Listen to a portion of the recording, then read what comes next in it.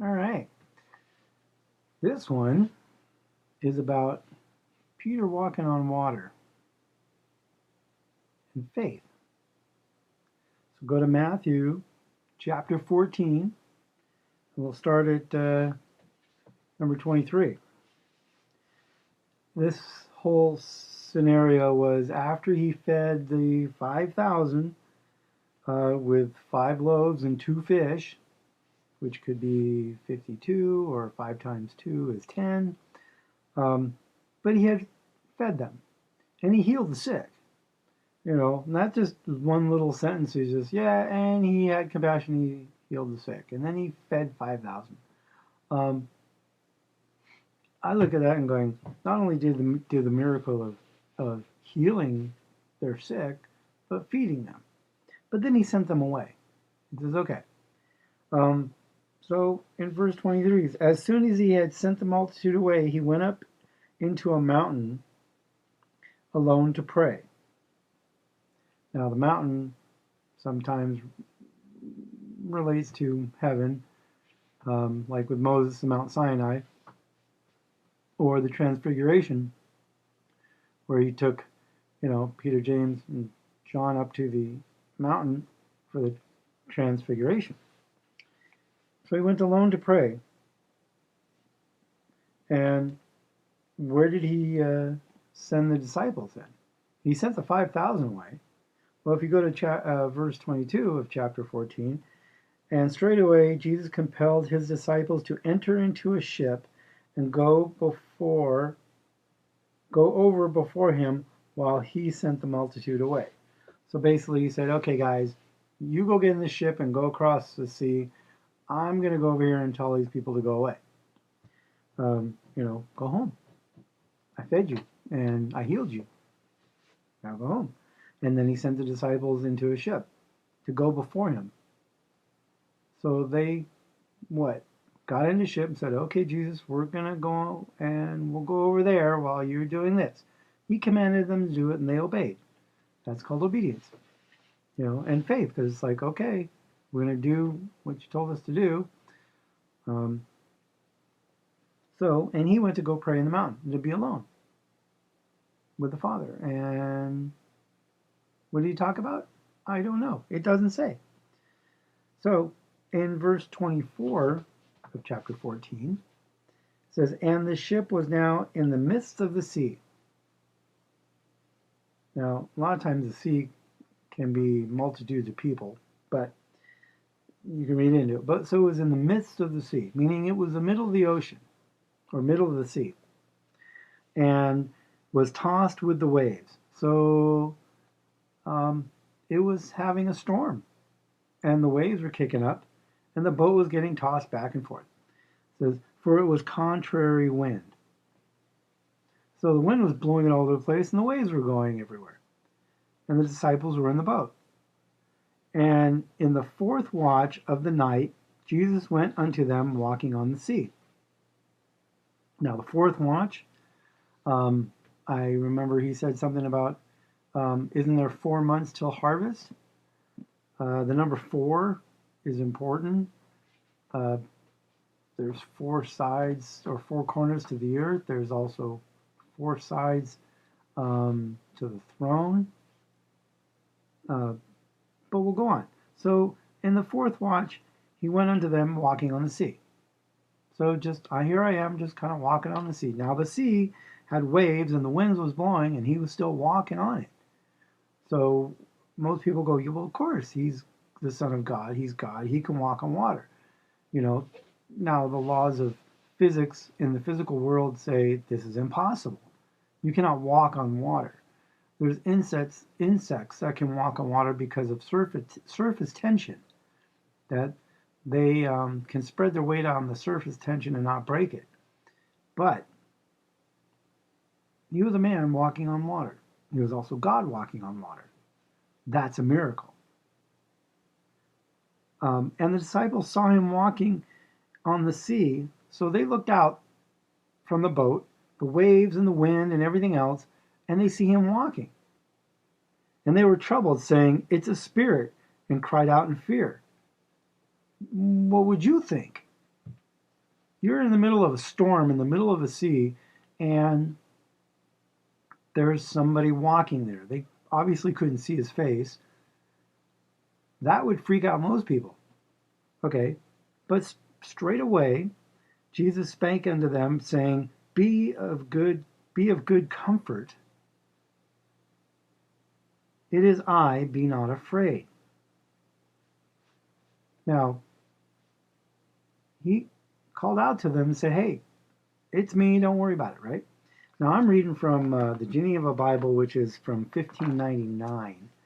Predates the King James, but I've read them both. I've got them both here in front of me, and they read the same. It is I, be not afraid. Now, I went to the Greek, and it reads a little different. I don't know why they changed it, because it says, it is I, be not afraid. So have comfort because he's here. Who's here? Because Jesus is here. Because he saw that they were afraid. But in the Greek, it reads differently. But immediately spoke Jesus to them, saying, Be of good cheer, I am. Do not fear, and answered him.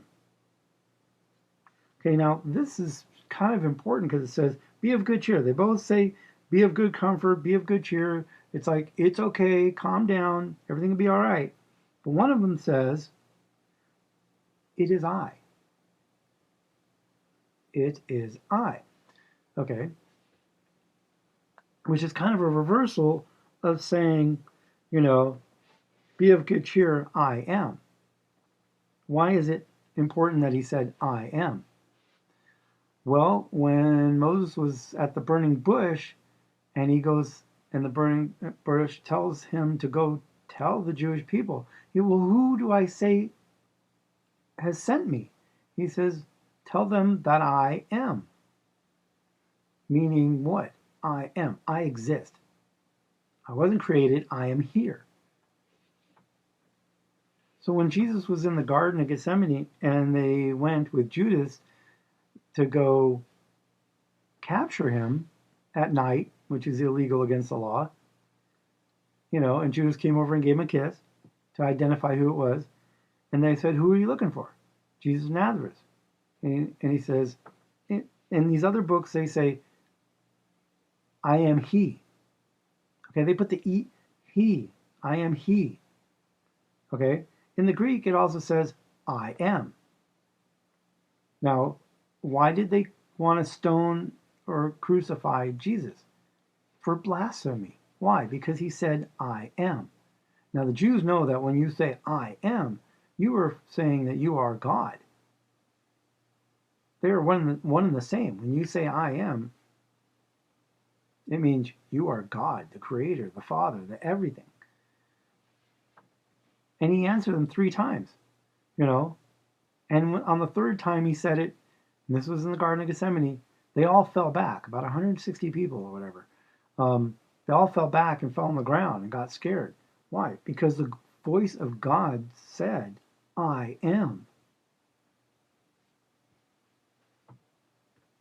And that's why they want to crucify him. And the Noahide laws that are coming, the first one is, it's a blasphemy against God. So if you're a Christian and you say Jesus is the Son of God, in their eyes, you're saying that he is the I am. And under their laws, you will be beheaded for your testimony. So he says, I am. Okay? Then Peter answered him and said, Master, if it be thou.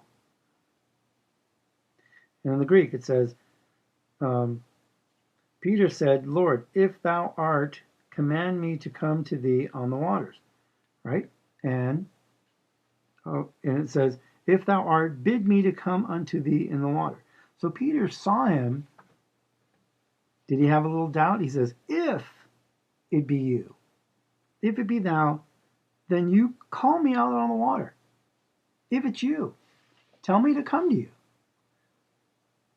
Now, most people say, I can see the wind, I can see the waves. I'm staying in the boat. where it's safe. So he stepped out. But he asked to be called out in the water. Call me to come to you. So the disciples didn't choose to go to Jesus and follow him. Although we can say from our point of view as a man, yes, we did. Yes, they did. But it was Jesus who called them. Many are called, few are chosen. So he says, bid me to come out on the waters. And so what does Jesus say? And he said, come. And when Peter was come out of the ship, he walked on the water to go to Jesus. So what did Jesus say? After Peter said, if it's you, then call me out there so I can walk on the water.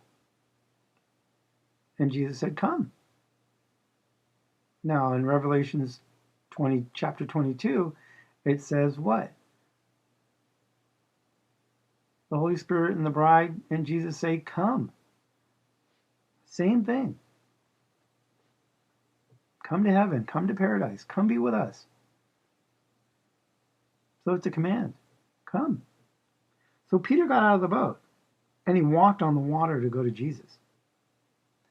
That's another miracle.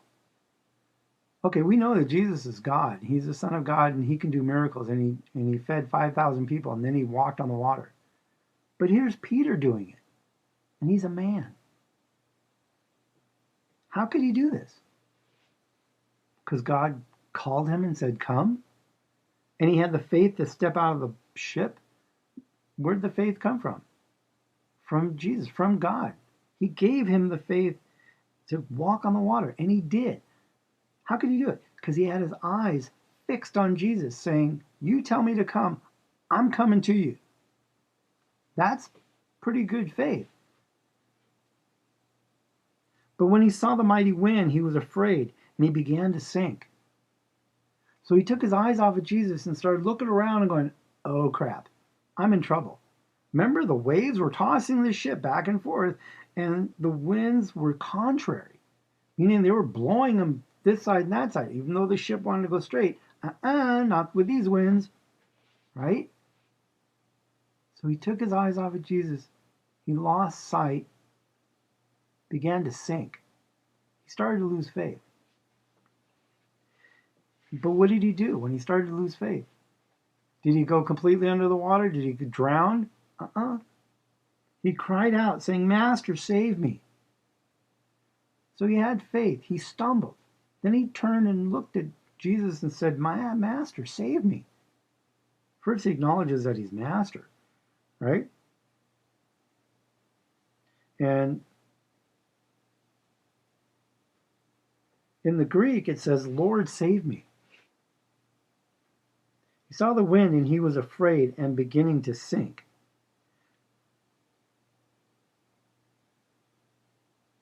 So it was fear. But he overcame his fear by calling out to the Lord, save me, Master, save me. I can't do this on my own. I can't do this without you. So immediately Jesus stretched forth his hand and caught him.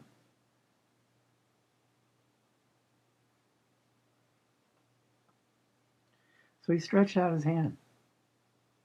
So Peter was close enough that he could stretch out his hand and grab him. Did Jesus let him completely fall? Nope. So he stretched out his hand and he caught him. And said to him, O thou little faith, why did you doubt? Little faith. And he doubted. But that little faith that he had was able for him to walk on water. Jesus said that if you had the faith of a mustard seed, you could tell a mountain to move and it would move. So then immediately as they came up into the ship, the wind ceased. The wind stopped. The waves stopped. Why? Because Jesus was there? Because this was all a test of Peter's faith? Can you trust me when I tell you to come to do what I ask out of faith? We walk by faith and not by sight. So now this is another miracle. Because not only did Jesus save him and they got into the boat, so now how far did Peter walk out of the boat? Don't know. Enough to get a few steps out, close enough to Jesus where he had to reach down and get him. And then what? Did he lift him up and then throw him in the boat? Or did they both walk back in the boat? Doesn't say. But when they got in the boat, the wind stopped.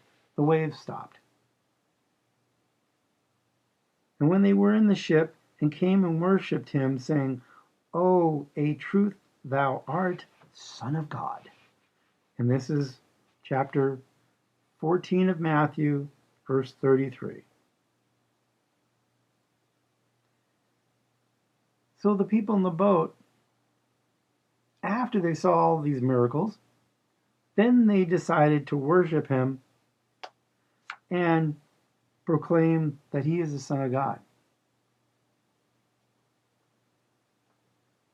So, out of all of this that I see, we have to walk on water. We have to walk with faith. We have to trust Jesus. And if we start to stumble a little bit and we cry out to him, "Lord, save me," like Romans, whoever calls on the name of the Lord shall be saved. Well, Peter was saved. Did he have to do any special rituals or anything kind of sacrifices? No. Just like the thief on the cross. One of them said, "Save me if you're the Christ," He didn't care. He was arrogant. And he wasn't remorseful of the things he did that was wrong. Bad, sin, disobedient. The other guy on the other side, which I think one was on the right and one was on the left, the goat and the sheep, in Revelations chapter 18 or 19, where it separates the goats from the sheep, and the goats, "I never knew you," but the sheep, "Enter into your rest and peace," So the other thief said, "I deserve this punishment, but you, Jesus, you're an innocent man. You don't deserve to be crucified. So forgive me. And remember me when you come into your paradise." And what did Jesus say? "Today you will be with me in paradise." Why? Because he asked for forgiveness. He repented. He was sorrow. He had sorrow, and he had faith to ask and believe that Jesus was the Son of God and that he would save him. And that day he did. So Peter had faith. So did the thief on the cross. He had faith that Jesus would save him and forgive him. The other guy, nope. Arrogance and pride, he was lost. So it's a choice. Yeah. Is there faith? Yeah. Is there belief? Absolutely. So what did they say? That Jesus is the Son of God. So I look at this and go, I see a whole bunch of miracles here. And Jesus can give us the faith, if we trust him, to walk on water. Jesus says that we will do greater miracles than what he did in the future. That's amazing. We'll fly like eagles. We'll run like the deer and not get tired. We're going to have glorified bodies. We will be able to bring in the harvest, because the harvest is great, but the workers are few. And what is the harvest? Souls. We are all fleshly bodies with souls inside. There's the mind, the body, and the spirit. And the spirit is what's important, because the spirit comes from God. Why? Because God is spirit. So there's a physical world with physical laws and limitations. But as you can see, Jesus was able to do miracles outside of the laws of gravity, of density, buoyancy. Why? Because he was God. He made the rules. He can break the rules. He can change the rules. He can follow the rules. They're his rules. Now we're limited to our physical state, our situation and what we're born into in the flesh. Well, it seems that with faith, belief, and the help of God, we're able to do his will and do things outside of these laws contrary, but only according to his will. So just like Peter chose to go out and meet Jesus on the water with faith, and the thief on the cross, so we need to have faith and walk in faith and trust every word that Jesus said, because Jesus is the way, the truth, and the life, and no one comes to the Father but by him. No other name is given under heaven by which a man can be saved except for the name of Jesus. Jesus is the Messiah. He is the Christ. He is the Savior. He is the Anointed One. He's the only way to get there. All the other religions and everything else, they all died. None of them came back from the dead, and resurrected, and ascended, because after he was resurrected, he was here for 40 days and witnessed to 500 people or more, and had a glorified body. And then he ascended. He was taken up into heaven into the clouds. And the angel said that he's going to return the same way. And that's our hope. He is going to come back in the clouds with our salvation. Because we're not saved yet. We're still in this fleshly body. There may have been spiritual changes inside of us, and the Holy Spirit lives in us, but we're still in a corruptible body. There's a glorified body waiting for you in heaven. It was created before the foundations of the world, and your name is written in the book of life. So, what do? Well, you admit you're a sinner and you screwed up. You believe that Jesus is the Son of God and he is the Christ, and he has died on the cross, shedding his blood so that you can be justified. He took on your sin, and so you could become sinless spiritually. And that your redemption is coming when he comes back. And it says that he will be glorified in us and we will be glorified in him. And it's kind of like when you take a fluorescent bulb and you put it next to an energy source or electrical source, it starts to glow. So, because it's gas and it's absorbing the energies. So, we will shine like him when he comes.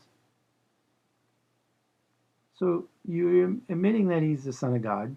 You're believing in your heart, and you confess it with your mouth that he is Lord, because he did die and he did raise from the dead again.